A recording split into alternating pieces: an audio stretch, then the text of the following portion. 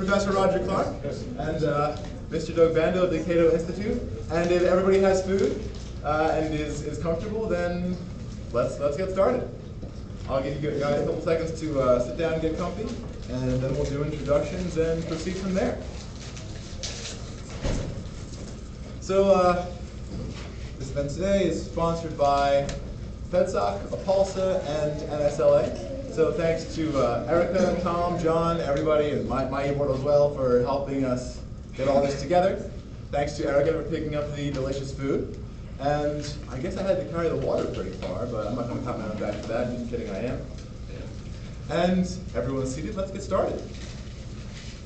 So our two speakers today are Roger Clark and Doug Bando. Roger Clark hails from New Zealand, which incidentally experienced only 9 hailstorms per year. Perhaps this explains, at least in part, his rare wit and uncommon charm. Now a Board of Governors professor at Rutgers Law School, Roger is a proud graduate of Victoria University of Wellington in New Zealand and of Columbia Law School in New York. Roger teaches international criminal law, international law, American criminal law, foreign relations law. He's written widely on areas such as international criminal law, human rights, international organizations, nuclear weapons, and decolonization.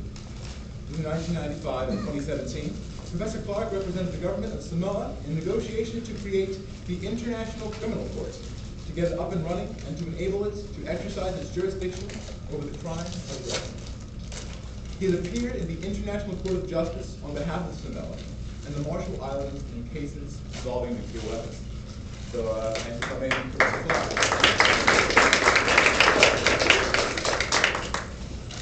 Doug Bando is a senior fellow at the Cato Institute. He previously was affiliated with the Heritage Foundation and Competitive Enterprise Institute.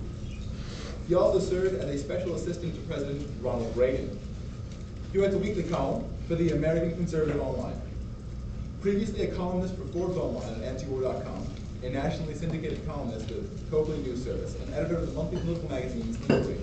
He has been widely published in such periodicals as Foreign Policy, Orbit, National Interest, Time, Newsweek, and Fortune, as well as leading newspapers including the New York Times, the Wall Street Journal, and Global Empire.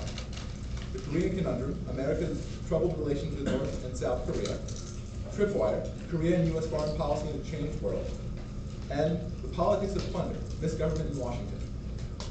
He received his B.S. in economics from Florida State University in 1976, and his J.D. from Stanford University in 1979. He's a member of the California and Washington, D.C. bars. So thanks.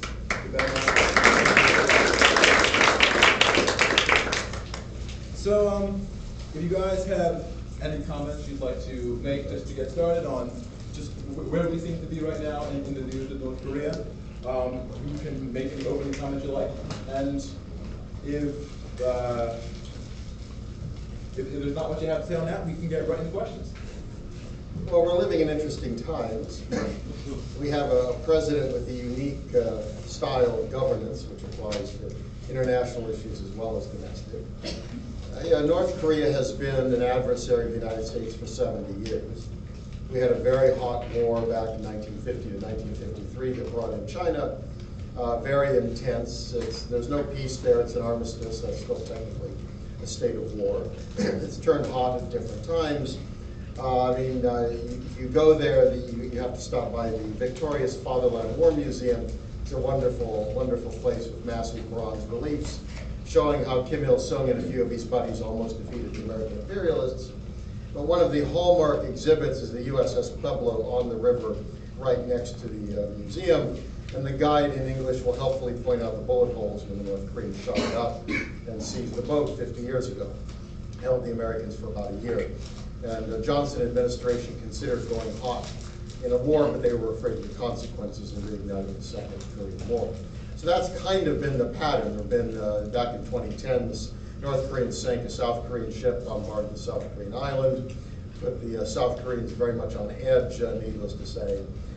Now, so last year, the president ramped up the rhetoric, because American policy for the last 25 years has been to insist the North cannot develop nuclear weapons, but has been utterly ineffective at stopping the North from developing nuclear weapons. So the president ramped up the rhetoric and threatened essentially war when the North Koreans, of course, responded in kind, so you had two guys throwing insults at one another. It led to a lot of nervousness, especially among South Koreans. Senator Lindsey Graham of South Carolina inimitably put it, well, it'd be kind of bad for folks over there, but at least the war would be, as he put it, quote, over there. The war would not be, quote, over here. And if you lived in Seoul, about 35 miles from the DMZ, you took that as a not very comforting statement, since the North could use Scud missiles and trenched artillery, and if they have a nuclear weapon, presumably could drop it over Seoul. That would be very unpleasant if you lived in South Korea. So that caused a lot of, I mean, somebody came up to me in church, and they know I work on this issue, and asked me if we were going to have a nuclear war. That is the first time anyone has ever asked me that question. And it's one of those issues that after the end of the Cold War and the dissolution of the Soviet Union, people stopped thinking in terms of having nuclear wars. I think to his credit, the president, being very unorthodox, agreed to a summit back in June. None of his predecessors would have ever done it. I mean, he essentially did everything wrong. That is, you normally have the negotiations, come to an agreement, and then have the big guys get together and shake hands. He did it completely in reverse. The statement out of the summit meeting is 1 page long. I mean, I was shocked. I mean, you read it, it's like one paragraph, paragraph, paragraph, that's it. On the other hand, I think he's opened up extraordinary possibilities. There's still a lot of potential problems. We've seen that. Secretary Pompeo is over in Pyongyang. I think the president assumes the North is prepared to give up its nuclear weapons. I and most everybody involved in the field don't believe that. On the other hand, I do think that Kim Jong-un is different, has a different set of goals, wants economic reform, likes being on the international stage. And my belief based on their actions is he'd like to move North Korea from the threatening situation to essentially be in some sense kind of like India, Pakistan, Israel, and other countries where no one in America worries about being nuked by them. Whatever the issues of them having nuclear weapons, that is not the same as Americans actually fearing them. So I think there's something very interesting going on, but we're at a midpoint. There's a lot more that's going to come. And the question of what the end point is, I think, still remains to be decided. We don't know. But I do think we're on a journey that we would not be on but for the fact that Trump was willing to push the summit. That's created at least possibilities we did not have last year. That, to my mind, is to the good. Oh, my turn, is it? I'd like to make a couple of more general points, because I agree with just about everything that's just been said, actually. The first point is that nuclear weapons are very dangerous to human beings and other living things, and they're capable of destroying our planet. That's an important thing to remember. Secondly, there are 9 states with nuclear weapons. The obvious suspects are the United States, United Kingdom, France, Russia, China. In addition, my colleague has mentioned the others, the Democratic People's Republic of Korea, Israel, and of course India and Pakistan. I think it's equally obnoxious that each of those 9 has nuclear weapons. It's also the case that it's now 50 years, July, since the 1968 Non-Proliferation Treaty was agreed upon. And the Non-Proliferation Treaty of 1968 contains an interesting compromise, trade-offs. The then 5 acknowledged nuclear powers, coincidentally the 5 permanent members, well, not quite so coincidentally, the 5 permanent members of the Security Council promised to negotiate away their weapons. In return, the rest of the world promised not to get them.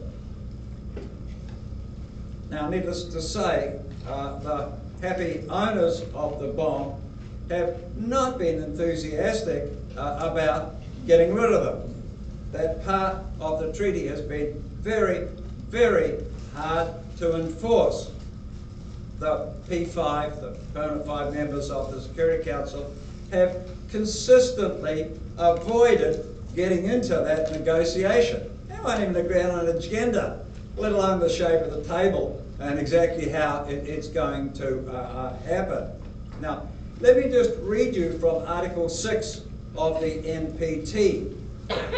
Each of the parties undertakes to pursue negotiations in good faith on effective measures relating to cessation of the nuclear arms race at an early date and to nuclear disarmament and on a treaty in general and complete disarmament under strict and effective international control. The rest of the world would absolutely be delighted if the nuclear powers would bargain in good faith on effective measures relating to the cessation of the arms race. But they don't. They go out of the way to upgrade their current bombs, to say nothing of material for delivering them. We're in a very difficult standoff position. I'm all for getting rid of the Democratic People's Republic of Korea's bombs, but I'm also for getting rid of French bombs, especially French bombs actually, but also United States bombs and Russian. You got it. A lot of them, and for enforcing a very important treaty. Now, 50 years old. 50 years is even a fair amount of time in my lifetime, but it's indicative of what a glacial a lot of progress we have made in this context. I think that's enough to start. All right, so thank you very much, guys. Thanks for those opening statements. So the question I want to start with, we touched on the NPT. We touched on the recent meeting between Pompeo and Kim. But I just want to sort of paint some broad strokes. What are the political goals of the United States with regards to North Korea versus the political goals of the other big players? Well, everybody has a different interest in the geopolitics of the region. I think South Korea is most interested in not having a war. I mean, obviously they prefer the North not have nuclear weapons, but far more critical to them is not to have some lunatic actually start a war. They don't limit the lunatic to whoever's at Pyongyang. They recognize there may be other players. Because South Korea would be the battlefield and be destructive. The Seoul Incheon metropolitan area in the northwest has roughly half the population of Seoul, about 25 million people. It's the industrial, cultural population heart of the country. I mean, imagine somebody sitting up in Long Island and starting artillery shooting into Manhattan. Imagine what would come of that. So imagine the North Koreans start to bombard Seoul, even with conventional weapons.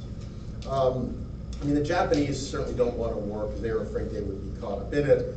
Among other things, the one thing that brings the South and North together is they both essentially equally hate the Japanese. I mean, South Korea and the Japanese are fighting over a monument to the comfort women across from the Japanese embassy.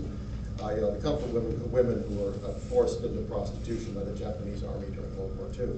And Japan has never really, they were hired into it, that kind of a thing.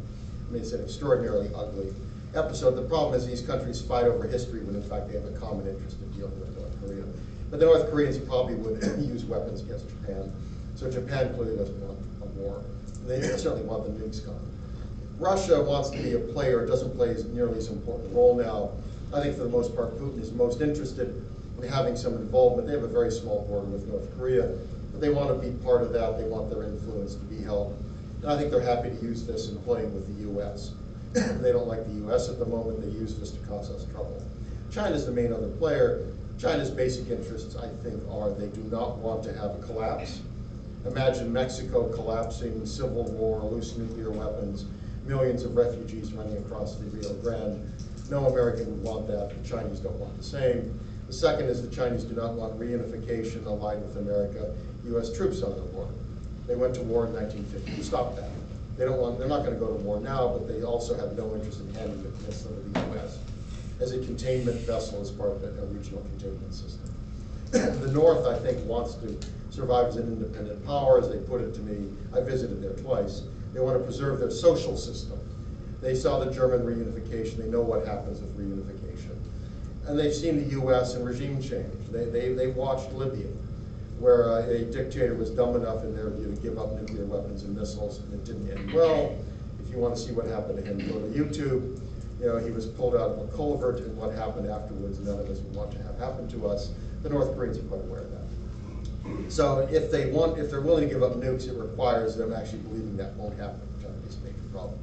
We would certainly like to see the nukes gone. We'd also like to see regime change. In the past, we've set regime change aside and focused on security, stopping the war, and also getting rid of nukes. But that, you know, when you have John Bolton in the mix, who was actually written in favor of you know, taking out the North Koreans and is talking about Libya as the solution, you know, there may be some folks in the administration who actually would push that if the current negotiations fail. So I think it's exactly what the administration message is. Gee, I don't disagree with that. I think the only thing I'd add from the Chinese point of view, they don't particularly want a nuclear war on their border, and you know, that goes with not annihilating the northern regime and so on. There are some trade aspects to this. I take it that the South Koreans would like to trade a little with the North, and they have family issues, presumably, that are important to them. It's difficult to know just how much that all cuts. I think you got it. Okay, so just to sum it up, the key concern, if I've summarized this well, is no war. Nobody wants anyone on their borders throwing nukes at anybody else. That's a bad day. As we've discussed in the beginning, nukes are bad for life. The second one is nobody wants North Korea to collapse. We have Russia wants influence over politics, and the North wants to preserve their social system, which is pretty interesting. We also have desire to preserve trade or create trade opportunities. And I think that segues well into a question about sanctions. So the US and other countries have imposed sanctions on North Korea, trade sanctions. What are the goals of these sanctions? Are they effective? Should we keep doing them? What do you guys think? Well, I mean, the obvious answer is try to bring them into line. They haven't been enormously effective so far. One of the problems that we've always had with sanctions is you hope that they'll bring their elite along, but they have effects on the little people. I mean, I think this is to some extent what happened in South Africa. It hurt people at the bottom of the system. Sanctions in Iran have hurt a lot of individual Iranians, but some trade-offs here. I mean, Nelson Mandela thought that sanctions against South Africa were a good thing. He thought it was really helpful in bringing the apartheid regime down. But as I say, there are some difficulties both ways in dealing with this. No question that DPRK is a very repressive regime. It's guilty of a lot of human rights violations and so on. And I think some of those human rights violations are in response to sanctions. They got to keep the population under control and so on. No, you don't have much else except sanctions and military power. Certainly not a good idea to go to war with the Koreans to get rid of their nuclear weapons. In the absence of that, I'm not totally comfortable with sanctions, but I think it's probably the right thing to do, target them at the right people. So. Yeah, I mean, I think there are two major goals, one of which is to weaken the regime financially so it has less resources to put into armaments, including nuclear production. The second is to put pressure on the regime, trying to push them to negotiate away their nukes. The problem is, to the extent the regime views nukes as essential to regime survival, that's the last thing they're willing to give up. In the late 1990s, the estimates are at least 500,000 North Koreans died of famine. It was not sanctions, it was famine, but it did not change regime policy.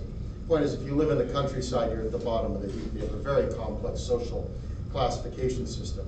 If you're loyal to the regime, you're in Pyongyang or the other urban areas. If you're disloyal, you're kind of in the worst places, and if those people starve, it's not a terribly big problem from the regime standpoint. We've tried, we in the sense of the UN, US, and other players, to move to smart sanctions. We've done that elsewhere, trying to target regime members and also target luxury goods, because that's how the regime rewards its supporters. Yeah, I mean, but preventing Kim Jong-un from investing in the U.S. probably is not going to change his policy. I don't think that's high on his list. And so far, it appears that the problem with the luxury limits is that you can basically smuggle enough stuff in from China that you can satisfy the elite. So sanctions haven't been, I think, terribly effective. On the other hand, they make sense, I think, as part of an overall strategy. If you have negotiations, if you have the positive as well as the negative, just hoping sanctions will get you, at the end of nukes, I think, is not going to happen. So if sanctions aren't going to get us there, what other coins do we have in this political negotiation? I know that there's been some talk of declaring an end to the war, which has some complicated consequences, potentially removing troops. So the overall question is, what are the other political coins we have aside from sanctions, and what are the pros and cons of each? It's interesting about the end of the war, the current situation. There was an armistice in 1953. And I was just looking, yesterday I was kind of amused to notice that the armistice, which was signed at the military level by the second in command, essentially, of the American operation and the North Korean general in charge, signed it on behalf of himself and the Chinese volunteers who are involved in the enterprise. I take it that the other 15 countries that had troops there, Australia, New Zealand, South Africa, and so on, got a copy of this. There were 18 copies of the armistice agreement made. They may have an interest in simply declaring an end to the war. It's kind of funny, if you don't declare a war in the first place, how do you declare an end to it? It's kind of an interesting problem, because from the United States point of view, this is always a police action done on behalf of the United Nations, and I think that's the way the Australians and New Zealanders, for example, saw it. We sent a lot of blood and treasure to that enterprise too, but there's been no really strong discussion. How do you go about ending it? I mean, I think there are lots of ways you could do that. One suggestion has simply been that we get together somewhere in a convenient place and write a piece of paper that says declaration of the end of the war. I think you can do that. And you can write in it any other things that you want to write into it. You can say, for example, that we won't start it again, and you could say the United States will withdraw its troops from the South. They don't have to do that. I don't think that necessarily follows. You can negotiate that, can't you? On the other hand, you can escalate, can't you? You can call it a treaty. You can call it a treaty in an international sense. You can do it as an executive agreement in an American sense, the way we ended the Vietnam War, an agreement to end the war, re-establish the peace. Or you can escalate it in American terms. You can make it an Article 2 treaty and send it to the Senate. I don't for a moment think the present administration in Washington is about to do a treaty that they're going to send to the Senate and have a bruising fight about. So that's probably not going to be what is acceptable. I don't know what North Korea wants in this context, but I think it's important to them symbolically to have something, but I don't know that anything necessarily follows from it. They've certainly been talking about it for some years now, so you can give it to them. But it's part of a bigger package. I mean, I think we can come back to this. Is what else can we give them other than a piece of paper? And obviously it's important to them to get a piece of paper. What do you think about that? I mean, I think that the challenge here is, are they willing under any circumstances? Certainly among Korea watchers, there's a very strong, I think, majority who doesn't believe so. It just does not, it doesn't, their view is that Kim is playing this. Now, that doesn't mean it's necessarily bad, in that if he wants to be on the international stage and wants economic development and is not issuing lots of threats to blow up everybody, that strikes me as a far better place than the opposite of all of this. And indeed, we do live with Pakistan and India and other countries with nukes. So I suspect we could live with them with deterrence. It's not a good situation, but that's possible. So the basis of your question is assuming they're willing to give them up. And that's where, I mean, I joke that they could be giving away their last one, and I will still be writing articles saying this is inconceivable. I mean, some of us just do not believe at the end of the day they'll see it in their interest. I think that nukes give them, most importantly, regime deterrence, and they give them status. There's other stuff they give. It's important domestically in terms of the military. This has been a huge payoff to the military, a really big toy. I mean, if you see the pictures of the North Korean military, these guys are covered in medals. Now, the last war they fought was 1953. So what are those medals for? Well, this is political stuff. The military plays a hugely important political role. So I remain skeptical that, I think there's a lot of subsidiary deals. And to me, you don't want the perfect to be the enemy of the good. That, you might get them to cap the program, you might get them to, eliminating production. There's a lot of stuff we might get, but I'm still skeptical. Let's assume they are willing to give up. At the end of the day. Then you've got to listen to what they say. You read the agreement, and they emphasize this. I was in New York, actually, not because of the UGA, the UN General Assembly meeting, but I happened to be speaking at a college there that day, so I met with the North Koreans from the UN mission, who helped arrange my trip last year. And they reinforce what is in the agreement, which is, it's structured, first it says, we need a relationship with the United States, we need to change the relationship. Then the next paragraph says, we need a peace regime. The next paragraph says denuclearization.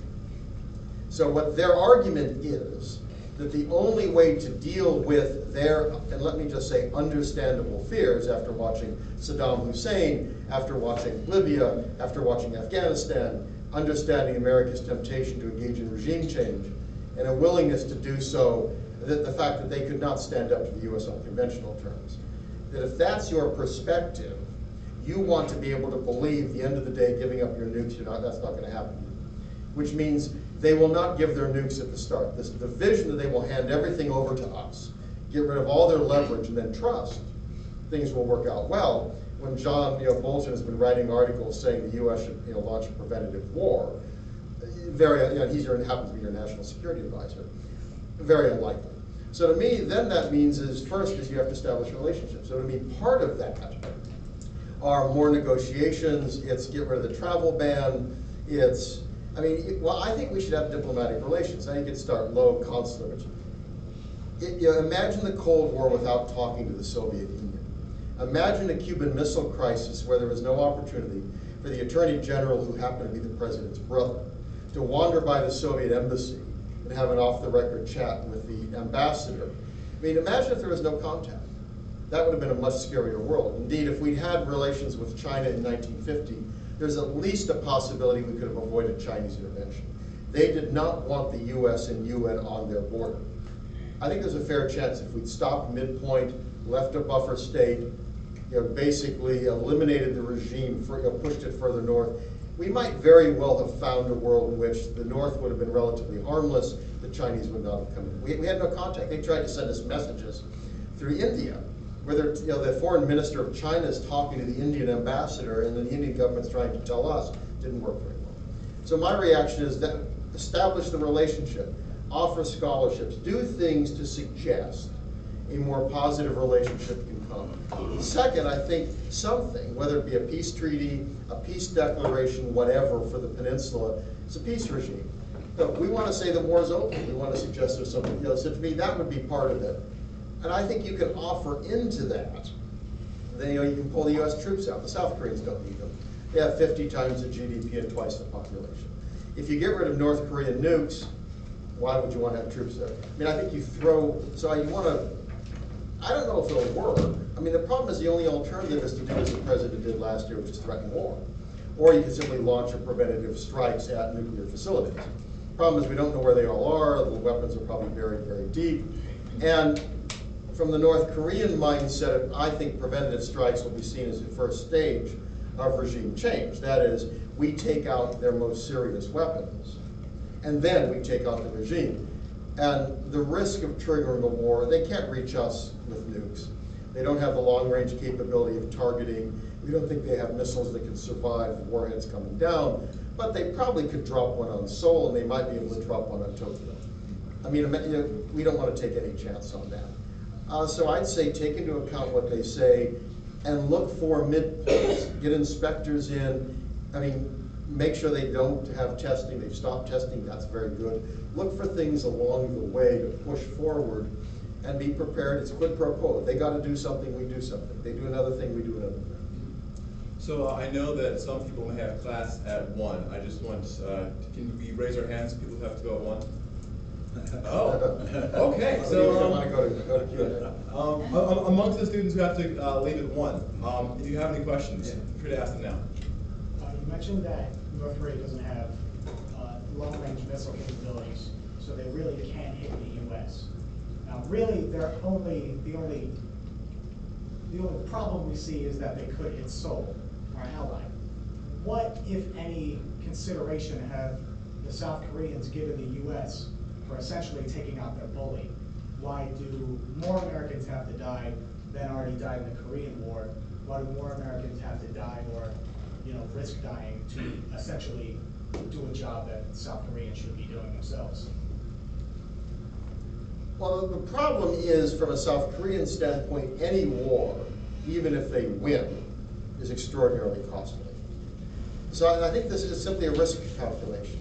I mean, we really don't know exactly what the North Korean capabilities are. But they probably have miniaturized something enough to get it on a missile that might be able to hit Seoul. We don't know that. It's conceivable they just have big bombs sitting around they can't do anything with. The problem is, who wants to make policy? No, they've tested some missiles. They have, but the question is, have they miniaturized the atomic weapons to put them onto the missiles? I mean, they have missiles that clearly could hit Seoul. They have missiles that could hit Tokyo. They can hit Guam. They can hit Okinawa. I mean, they can hit American facilities in the region as well as neighboring countries. So I think part of this is a risk calculus where you just, my view is, we went to war 70 years ago to stop a war. Since then, we wanted to prevent a new war. That's the most important thing. So you want to be very careful coming up with things. And when the president was threatening them, I thought the real danger there is the North Koreans have essentially use it or lose it capability. Give the U.S. Air Force a week of bombing, there won't be much left in North Korea. I mean, the dug-in artillery will be buried. I mean, so from their standpoint, if they actually think an attack is coming, they have an incentive to preempt. I mean, if the U.S. wants this, by God, let's go for it. I mean, so the more you hike the tension, if you create that trigger, it can be very dangerous. I think on the conventional side, there's no reason for our troops to be there at all. We don't have to be there. I mean, again, they have the capability. They could do more. They are acting rationally. Why should they do more if we're prepared to be there? That's, I mean, if I was them, I'd want the same thing, bring the superpower in. I don't think we have to be there. Your question could get us into a long historical debate about South Korea, and it's a creation of the United States, effectively, as a result of the way in which the Second World War ended, and that morphs into the anti-communist stuff and so on. And that's a whole long, complicated story, as is indeed the origin of the war. The received wisdom that I was taught in school, that presumably you were, was that the North invaded and so on. But that's not the only story you can tell about this. I.F. Stone, the investigative journalist from Hanfield, wrote a very good book in the early 50s, which essentially argues that the North was provoked and so on. And these are complicated stories, but part of the question is, why are we there now, and so on. And that's a very fair question, I think, and why don't we leave it to them to figure it out. And in one sense, there's one occasion on which they, without assistance, did figure it out. It's when the two Koreas joined the UN in 1991, because that resulted from a deal that the two of them said, well, okay, I'm not the sole representative of Korea, and we'll accept there are two of us, at least for the time being anyway. And we've seen how some of those worked out, the two Vietnams, two Germanys, and so on. There may be an historical inevitability about some different result, but we're stuck at the moment with where we're stuck. I think that's partly responsive to your question, isn't it? Yeah. Andrew. Thank you. This question for both speakers. Last year, or about a year and a half ago, North Korea released an American prisoner, and 2 days or so after he got back to America, he died. I want to know what you guys think about that, and whether you think it was an act of war, the way it was handled, and how you would have responded to it. As Otto Warmberg, who was a University of Virginia student, it's a great tragedy. I think what's important to recognize, number one, is North Korea did not have a habit of killing Americans. They're not worth much. When they had Americans in prison, they typically got something for releasing them. So they wanted them to live. And they had no particular interest in antagonizing the administration in a highly provocative way. We really don't know what happened to him. On the other hand, what we do know is, number one, his doctors and the coroner all say no torture, no evidence of physical mistreatment, none. I mean, if there are broken bones, you see the healing. I mean, absolutely none, and it's consistent, both sides. When the president introduced his parents to the State of the Union speech, I thought it was very interesting. He did not claim torture. And I can assure you, if they had evidence of it, he would have used it. He did not. He clearly, I mean, there's a thought of allergic reaction. There's also the possibility of a suicide attempt. This is a really bright, smart guy who's just about to graduate, suddenly gets a 15-year sentence of hard labor in this horrible place. We just don't know. I mean, it's horrible what happened. What I'd say is, number one, the primary blame goes to his travel company. If you're interested in this, you can read some of the articles on I think it's Young Pioneers in the British press. People wrote who'd gone on other tours as well as people on his tour. Number one is the guy who headed it was often half sloshed. They talked about trying to get out of North Korea, and the guy who's supposed to have it all arranged isn't entirely there. And these people are freaking out. He finally hands enough money to get them out. It wasn't Warren Bear's trip. This just shows a problem. Number two, they sold their trips as drinking adventures. Now, if you want a drinking adventure, I advise you to go to, I don't know, Amsterdam. Then Amsterdam, go to Phuket, Thailand. There are lots of places to go. I would not go to Pyongyang, North Korea for drinking adventures. Third, Warren Bear got in trouble by going to a hidden, forbidden floor. It was a staff floor. As I understand it, the elevator didn't stop there. You had to take the stairs, and the company encouraged people to go there. Now, this is really stupid. This is not the Netherlands. This is not Canada. This is not New Zealand. This is North Korea. This is not a place where you want to do that. His roommate disappeared on that trip, disappeared that evening, completely gone. Nobody knew where he was, showed up the next morning. Warren Bear apparently was drinking a lot that evening. The word circulating among travel people in North Korea. I have a friend who's been there, helped arrange the Rodman trip.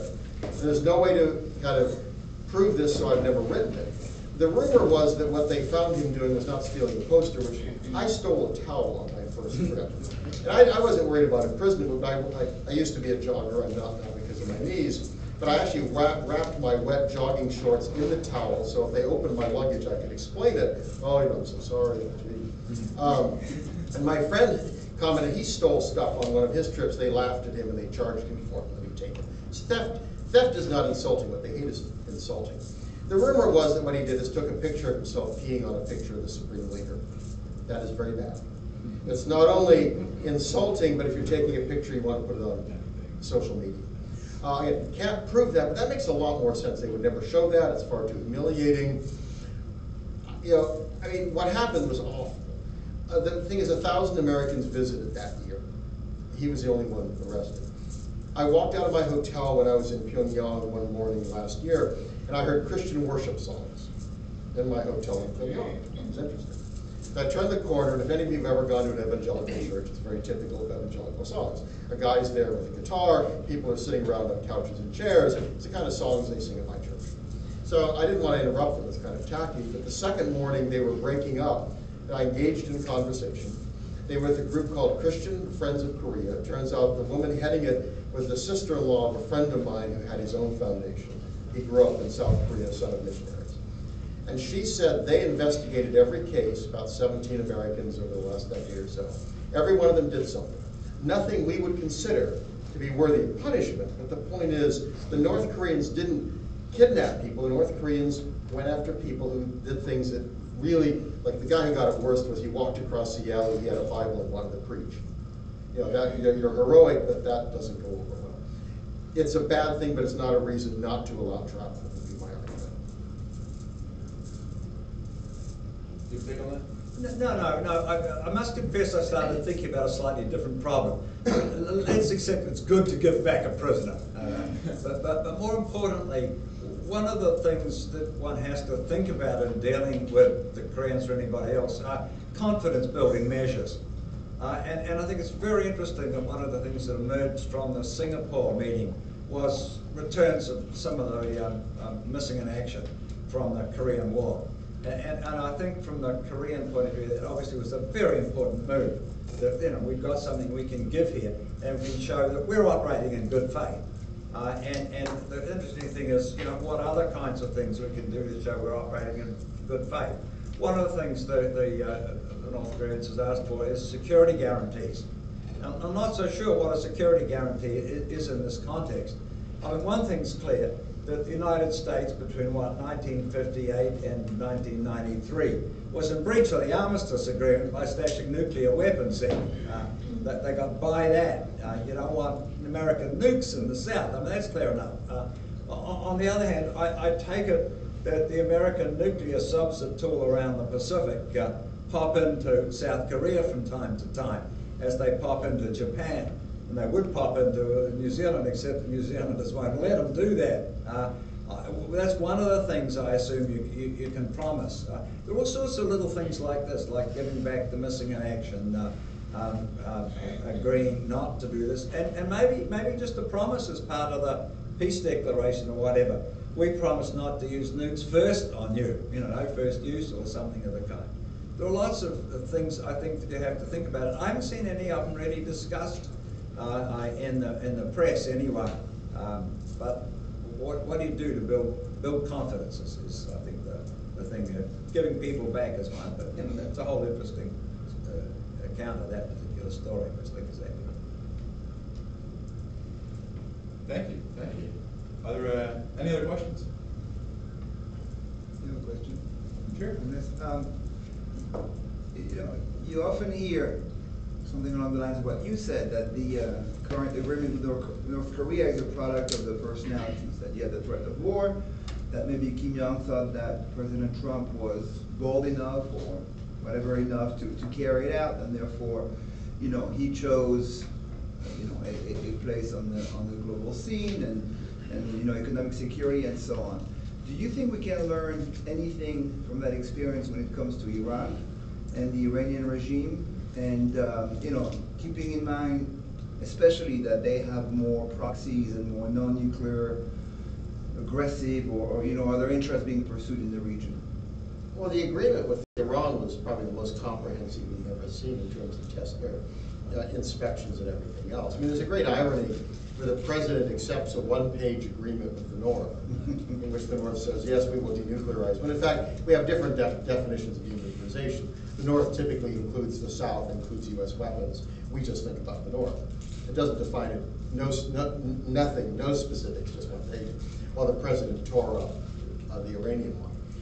It strikes me that what you do is you recognize each of these situations is very different. That you're dealing with a different set. You know, one reason we didn't throw in the missiles with Iran, and one other thing, look, you know, the Saudis are loyal allies who it appears just murdered. A man who I know, I've met, I've had lunch with. I was on a panel with a very courageous Saudi Arabian journalist who left the country because he couldn't talk freely about it. You know, it appears murdered in his country's own consulate in Istanbul. You know, the Iran does not match them. The Saudi Arabia spends something like $80 billion a year on weapons. Many of them are very high-tech stuff. Missiles is the way you deter other countries in the Middle East, because they're essentially city-states. I mean, you take out Riyadh, you take out Jeddah, you take out, you know, whatever. I mean, that's a pretty strong deterrent. And we recognize that that's, in the Iran view, that is essential. So the question is, if you want to deal with the worst issue, try to deal with the nukes, and then beyond that, you do some other stuff. So it does strike me that the lesson, I think, is that they each respond to a different set of incentives. That they're not copycats. And I mean, the advantage of the North is, I think, there are no real concerns, in my view, about deterrence. That is, they're not crazy. So, I mean, if you saw Team America, you saw the depiction was of the father. But I mean, you know, the bouffant hair, oversized sunglasses, platform shoes. I mean, the guy looks pretty nutty. But he actually played a very weak hand very well. It strikes me. I mean, he held the world at bay, dominated headlines. I mean, he knew how far to push the South and doing things and stuff. I mean, these are rational folks. They want their virgins in this world, not the next. I mean, Kim Jong-un is not sitting there saying, wouldn't it be neat to go out of the world in a radioactive funeral pyre? I'd still prefer they not have nukes, but I think if you feel deterrence can work, it gives you a certain level of confidence in dealing with them and the right incentives. You know, Iran, I think in fact, the leadership is pretty practical and brutal. Nevertheless, you know, there's some theological issues that some people will sometimes raise that muddy that a bit. But I'd say take these countries individually. You know, there's no template. You know, I mean, Libya was easier because it had not gone as far. And clearly, Gaddafi was very nervous. It was right in the aftermath of the US invasion of Iraq before it had turned so bad. And in 2003, the Iranians, through Switzerland, offered to negotiate everything. And the Bush administration, the arrogance of power, turned them down and told the Swiss never to translate an offer like that again.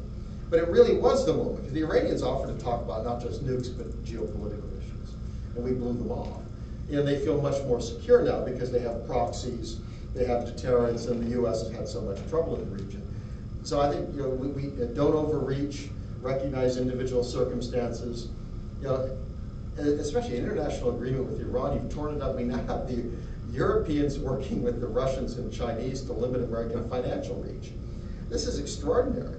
I mean, at some point, all these folks are going to figure out an alternative payment system, and then the next time we apply sanctions, they're going to say, "Go screw yourselves." And you know, and we're losing that leverage because we've pushed our closest allies in Europe towards countries you view as adversaries and hostile. It's an extraordinary, I think, mistake on our part. Thank you. Absolutely, yeah. All right, do you have anything to add, or should we go to the next question? No, that's right. Yeah, got the point. Any more questions? So part of the title of this discussion was, I think it was The End of the World or Peace in Our Time, which brings to mind Chamberlain and appeasement. So are there any distinctions between some of the negotiations we're having now with North Korea and those we had with Hitler, you know, before the start of World War II, and should we learn from the failure of that experiment? Look, the problem with appeasement is not appeasement. I mean, appeasement has long been a policy, which is you try to deal with people's issues. The problem is trying to appease somebody who can't be appeased. I mean, appeasement in World War I might have stopped the war. I mean, if there had been, I mean, the problem was you get everybody's kind of thinking war is inevitable, we need to strike and whatnot. But you think about the dispute, I mean, Serbia basically state terrorism against the Austro-Hungarians, take out the heir apparent, the question of that relationship with other countries. You could imagine some kind of appeasement where what would it take, we could argue about, but it's a question of Austro-Hungarian stability, Serbian security, whatnot. You might come up with something, because No one nobody... call it appeasement, though. No, it's a negotiation. Yeah, but it would be appeasement, Yeah. right? Yeah. But the point is, in World War I, nobody really wanted that war. The problem is, you know, there was one person in Europe in 1939 who, number one, wanted war, number two, was capable of delivering it. Unfortunately, he was chancellor of the most militarized, populous, economically successful country in the center of Europe, Germany. So there really was nothing, I mean, and Chamberlain got it wrong, but it's not because of his conception of appeasement. The point is, he was dealing with somebody nobody understood. Until that point, like if it's long been said, if Hitler died in September 1, 1939, he would have been acclaimed as a great statesman and genius. He got Germany out of its prior position. He got the troops out of the Rhineland. He'd gotten Anschluss with Austria, which was forbidden after World War I. Extraordinary. I mean, everything. Now he's respected, German, etc. So at that's what the Europeans were kind of dealing with. Chamberlain got it certainly the following year when Germany violated the Munich Agreement and went into the rest of Czechoslovakia. The tragedy was nobody really understood. Like he was appointed chancellor. He didn't have a majority. He was appointed chancellor. And the comment of the kind of conservative nationalist parties around it, I mean, they give him the chancellorship, they give the interior ministry to Goering, and the Prussian ministry, which had the most important police force, they give those to the Nazis. But they had a majority in the cabinet, and their comment was, quote, "We have him framed in," unquote. Well, no, they were kind of normal politicians. They didn't understand terror and murder and all this other stuff. Hitler did. The moment he had that power, he used it. So I feel a little bad for Chamberlain. Was not an evil man. He wasn't stupid. He utterly misread, this most horrible, reprehensible, evil person, which most everybody in his own country misread. Except Churchill. Yeah, that's right. That's right. Just sorry to follow up. You're fine. So Germany wasn't really ever going to be appeased with anything that the Allies gave them. if North Korea isn't really willing to give up those nukes, should we be negotiating further with them, or should we basically say we have to draw a line? The difference is, I don't think that Kim Jong-un has any interest in starting a war. They know they would lose. And some folks say, well, look, his grandfather started the war, he probably still wants reunification. I mean, I do hesitate a bit to visit the sins of the father and grandfather of the current guy. Like, he's evil. I mean, what's critical here, this is not, say, Gorbachev. When Gorbachev released Sakharov from internal exile, you look at that and you say, oh shit, this is different, right? I mean, this is huge because it's within the system and he's loosening, and he's suddenly human rights, and there's a whole bunch of stuff that's suddenly used. We see none of that in North Korea. This guy has been utterly brutal. He executed his uncle. We've seen no loosening. So have no illusions here that this is somehow kind of a squishy guy who has discovered his inner human rights. He has. On the other hand, he clearly wants economic reform. We have economic reform there, much more marketization. We have, companies, state companies have more, kind of autonomy. Farmers have more right to. I mean, there's a lot of stuff going on. The elite in Pyongyang live better. There are private cars. They have cell phones. They were buying food on the street. I saw none of that 25 years ago. I mean, there's a difference there. The elite have now tasted some of the good. He clearly likes the international stage, and he is very good at it.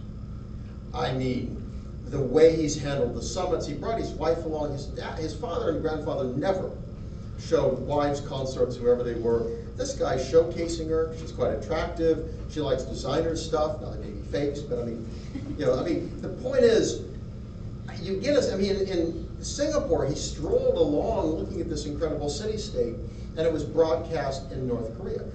There's something different here. What that suggests to me is, I think he wants to be an international player. So from that standpoint, threatening, blowing everything up is not what he wants, because he knows he'd lose. The difference, I mean, Hitler wanted more. I mean, Hitler wanted mostly to take out the Russians, but if the other folks get in the way, he'll take, so I think that's the difference. Hitler could not be appeased because his designs were aggressive. Now, there may be nothing we can do with the North to get them to give up nukes, but the mere possession of nukes itself is less important than the willingness to use them. I don't see him wanting to do that. To me, that's the critical. Yeah, I prefer he not have them. But if you're thinking about policy here, I think we can deal with them. Like, if we could get them to cap the program, if we could get inspectors in for some stuff, if we could ensure there's never any more testing, all of these are things that are helpful. Reduce their advantages, reduce their capabilities for doing harm. I'd say pursue them. We didn't have Hitler, I think, they didn't understand that at the time. And that is the huge tragedy of our time. Is the more open relationship with North Korea here to stay, regardless of whatever administration comes next? Who knows? I mean, let's think Cuba, for example. The current crowd aren't as open as with Cuba as the predecessors were. I mean, one of the givens as politics is we come and go, don't we? I mean, I think opening up with Cuba was a great thing, and I think going back on that's a bad thing. But who knows? It's hard to do a full reversal. I mean, in Cuba, the U.S. has moved back partly, but not entirely. I was there a year ago. I mean, the people who are hurt most are entrepreneurs who wanted to have American tourists and stuff. Nevertheless, you can still go. I mean, I went with a group that kind of educational purposes. So it was very hard to roll the whole thing back. They still have diplomatic relations. They did not roll that back. So I think with North Korea, it's much harder for a future administration to basically threaten war and a lot of the others. It's gone away, especially because of their relationship with South Korea and this kind of presentation on the international stage where they don't seem dangerous. So I think that, now whether there's more summits and the Secretary of State show up and whatever, I mean, a future president might decide we're not getting anything out of this. We're not getting denuclearization. So now we're much more limited. We might talk about some stuff, but it wouldn't be nearly as dramatic. That certainly could happen, but I don't think we go back to square one. I think that it's hard to turn back where we're at now, which I think is helpful. I mean, more communication, and ultimately, we want to subvert their system. The more contact, the thing they fear most are flash drives. And that's more South Korea than us. I mean, when I went in, they list all of your electronics, computer, camera, cell phone, and they listed 2 flash drives, because they want to make sure I take them out. Most North Koreans have seen at least some South Korean soap operas, TV, movies, pop movies. And it's incredibly subversive. There was a TV show that talked to defectors about this. And the comment of one of them was, well, you know, you turn this thing on, you see, you figure what's a studio. And then they do the shot of Seoul. And you look at this and you realize this is a real city. And you understand everything you have been told in your life is a lie. Everything. This is a huge city, busy city, massive. I mean, wow. You realize these people live extraordinarily better lives than us. Every foreign visitor who shows up tells them it's a lie. The woman I mentioned, Linton, she commented that when both my friend's group, which is called the Eugene Bell Foundation, it turns out the 2 brothers created the one that she was working with, and then my friend turned it over and created his own. They work on things like TB, basic drug-resistant TB, other sorts of stuff. So it's very intensive. You see the same people again and again. And they go in, they test people, they made it very clear to the North Koreans, we have to have complete access. And the North Koreans give it. And her comment was, when they first would meet a North Korean, they would be very nervous. They have been told their entire lives, Americans are enemies, Americans are dangerous, Americans are threatened. The second time, they want these people there because they understand they are being helped in a way their government cannot. So these foreigners are showing up and taking care of them. That's transformation. And this is not, it doesn't mean there's a Korean Spring that's going to happen next year, but I think it's a long term. Play the long game, be patient. The more this happens, hopefully somewhere in the leadership will be a moment. Maybe it's not, I don't think it's Kim, but you're creating within more people who suddenly see this differently, that maybe 10 years from now, 15 years from now, within the North Korean political system, something will happen. Can't guarantee it, but play the game. To touch back on North Korea's goals, we use Hitler as an example, and his first step was to fix the economy. And I'm just wondering, where's the confidence coming from that after North Korea, let's say they fix their economy, that they won't then turn their direction to becoming a regional player to dominate the region? We talked about Chamberlain. He wasn't, a bad guy, he wasn't an idiot, but I think he would probably have said the same thing you said, where Hitler's trying to fix the economy, he's trying to protect Germany, invasion-proof. So I see a lot of similarities there. What I would say is that there was one Adolf Hitler. It turns out that Joseph Stalin was not Adolf Hitler. Mao Zedong was not Adolf Hitler. There was talk in the U.S. about a preventive war against the Soviet Union to take them out before they got nukes. There was very serious discussion about taking out the Chinese nukes in both the Kennedy administration and the Johnson administrations. And if you wanted to take them out, that would have been the place to do it, because Mao Zedong said to diplomats and others, I mean, it's not made up, he said things like, oh, we have such a big population, nuclear war wouldn't be a big deal for us. At one point he said, well, if there was nuclear war and it killed half the people in the world, it really wouldn't matter, there'd be more people, and the world would be socialist. So he's saying these things at a time that his government is developing nuclear weapons. That does not fill one with confidence. But the intelligence agencies advised both administrations was they believed that the leadership, despite that stuff, was rational. And what I would say is that we have very few cases where international figures make mistakes. They have misjudgments. Saddam Hussein and others misjudge what the consequences. But they typically aren't suicidal. They typically aren't driven in the way I think that Hitler was.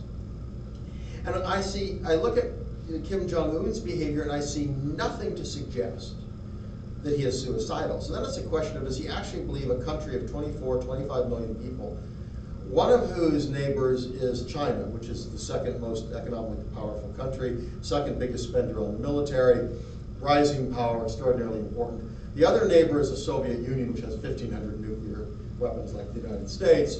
Another neighbor is Japan, which if it wanted nuclear weapons could have them in 6 months. They have a turnkey capability in our view. And your other neighbor is South Korea, which has 50 times their GDP. Okay, you cut that. Now it's only 30 times, right? Twice the population, and also a capability for one of the nukes could have it. You're not going to dominate the region. I mean, there's no circumstance under which I can imagine you dominating the region. Either the U.S. maintains its nuclear umbrella over South Korea and Japan, or they develop their own nukes. Either way, so I look at that, I think that North Korea is very bounded. Germany was not. Germany was it showed in World War I, the most capable military player. And basically the economic empowerment and its large population gave it the opportunity. And the Allies made some very big mistakes. There's all Versailles and how they handled it. I mean, Hitler, I think, was that unique circumstance of a unique individual and a whole set of decisions which at the time seemed reasonable, but were not, and a circumstance that I just don't think any of that's in North Korea. Now, we should be watchful and wary. See, I mean, that's why when the president announces that he loves Kim Jong-un, calls him a really yeah, I mean, my reaction is, you have better friends, right? I mean, this is a guy has killed hundreds of his own officials, presides over labor camps with 100 or more thousand people. I mean, this is not a nice guy. So I see no illusions. I mean, I don't want to present, but I think in a realpolitik sense, we can deter the North, and with that deterrence, we should be pursuing negotiations to try to make it less dangerous. And let's push it as far as we can, and be watchful and wary, but expect our allies to pick up the slack. We're kind of busy in the world. I mean, maybe our allies could do a little bit more on some of these concerns as well. You want to say, Professor? Cool. All right. Guys, this is going great. Any more questions? A cap on the arsenal, I guess, would presumably require international inspectors on the ground, as you've referenced. Do you think those international inspectors, do you think that presence on the ground will be enough then to proceed to the next step, which in my opinion would be getting them at least to give up their nuclear reactors, centrifuges, other reprocessing facilities, those sorts? Or do you think there'd still be another missing link before they got to that stage? Well, look, the big problem is we have no idea what they have. We guess. I mean, the thing which we have demanded, the thing that they have never given in any of the negotiations, is typically broken down at, is an inventory. Give us the list. We want the list of weapons. We want the list of reactors. We want the list. I mean, give us the list, and then let inspectors go and check this. I mean, even that might not be enough. I mean, there are a lot of mountains and a lot of tunnels. I mean, I wrote a piece and I argued that if Kim Jong-un really wanted to play the game, I would have shown up at the summit and said, hey, Mr. President, you and I, we're the big guys. We can work this all out. I'll tell you what, here's the deal. We have 25 nukes, right? Now the estimates are between, I think, 15 and 60 or 15 and 65. Who knows, right? So assume they have 60, right? When she show up at the summit and say, we have 25. 5 of them are sitting on trucks right now just north of Panmunjom. This is why you're sitting in Singapore. I'll tell you what, if we sign a deal now, we're willing to give them all, we'll give you 5 right now. We sign the deal, those 5 come in, and then we have kind of we want a peace treaty, you get 5 more, we want the end of sanctions, you have, whatever. I mean, you kind of laid out, and you got the 25. And you can send in inspectors. Sure, take a look at everything. And of course, the other 40 are buried somewhere. And what would the US do? We would assume he was lying, but we couldn't prove it. And would you as president turn that down? You have the North Koreans agreeing to give up 25 nuclear weapons, declaring that they have indeed denuclearized. What would you do?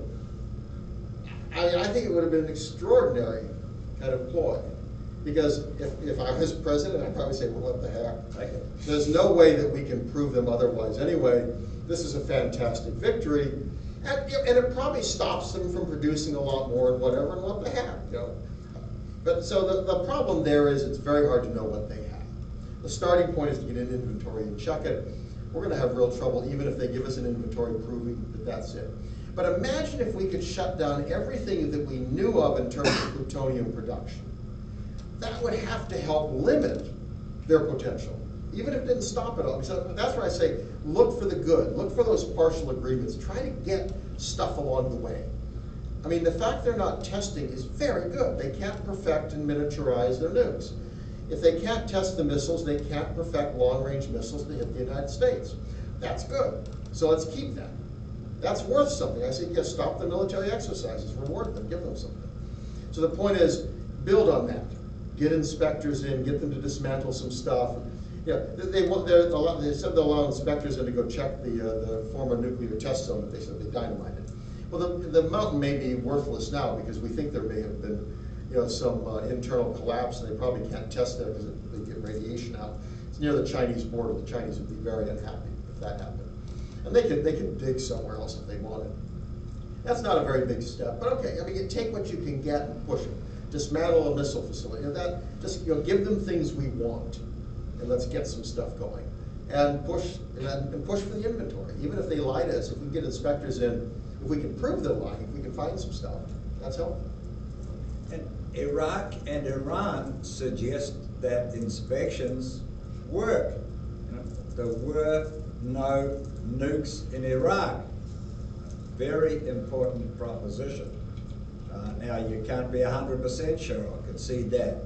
But if you have really competent inspectors like the IAE guys who went into Iraq, there's a good shot that you'll get it right. And the inventory stuff is, of course, so important. But Iran suggests exactly the same thing. They're not cheating. Now, they may be prepared to cheat further down the line, but it doesn't appear that they're cheating right now. And that's the whole point about nuclear disarmament. Ultimately, you've got to have unbelievably intrusive inspections. Can you imagine Washington agree to unbelievably intrusive inspections of what we've got stashed around the place? It's hard to pull that off. But the evidence seems to be that you can do it to a large degree of certainty. So, guys, the event was billed until 1:30, which is where we're sitting right now. At this point, we're just cutting into my lunchtime, and their lunchtime as well. Your lunchtime. But if you guys want to continue, we can keep asking questions. If anyone needs to head out, feel free to do so now. But I'm going to leave that up to the public and our speakers as well. Happy to answer. Thanks for coming. Thank you.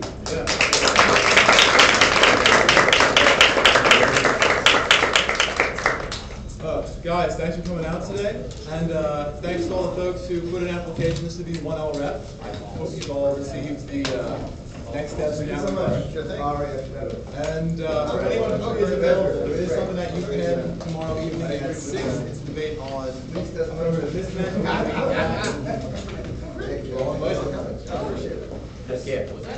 Oh, there's an event at 10 tomorrow. Right. Yeah, it's